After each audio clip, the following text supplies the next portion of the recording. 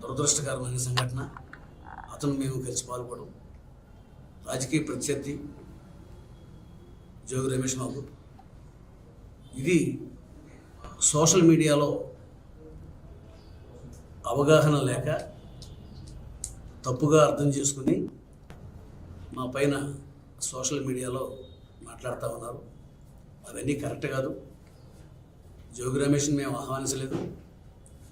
అది ఆహ్వాన సంఘం వాళ్ళు ఎవరన్నా వైసీపీ వాళ్ళు చేసిన పని ఉంటుంది. మమ్మల్ని మాత్రం పిలిచారు. మేము ఆహ్వానితులుగా వెళ్ళాము. ఇలా కార్యక్రమాన్ని పూర్తి చేసి వచ్చాం.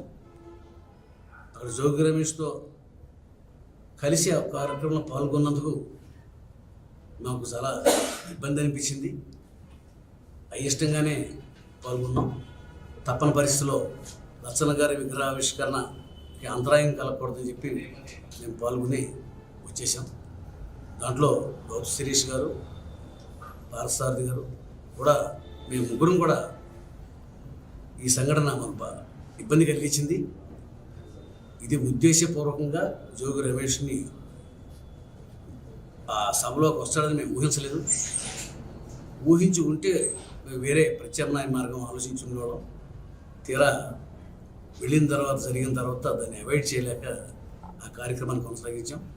దీనివల్ల పార్టీ శ్రేణులు కొంతమంది అపోహలు పడి ఉంటారు. ఇది ఉద్దేశపూర్వకంగా జరిగింది కాదు. జోగి రమేష్ను మేము ఆహ్వానించలేదు.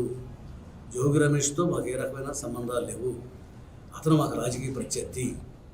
ఇది అనుకోకుండా విగ్రహావిష్కరణలో అనుకోకుండా ఒకే కార్యక్రమంలో పాల్గొల్సి రావడం దురదృష్టకరం. దీని గురించి సోషల్ మీడియాలో అర్థం చేసుకోలేక రకరకాలుగా పోస్టింగ్ పెడతా ఉన్నారు. ఇది కాదు. ఇది మేము పార్టీకి విధేయులు. గౌతు లచ్చన్న గారు అమ్మాయి మనవరాలు శిరీష్ కానీ, పారసారథి గారు కానీ, మేము కానీ తెలుగుదేశం పార్టీకి ముఖ్యమైన నాయకులు. మేము విధేయులు.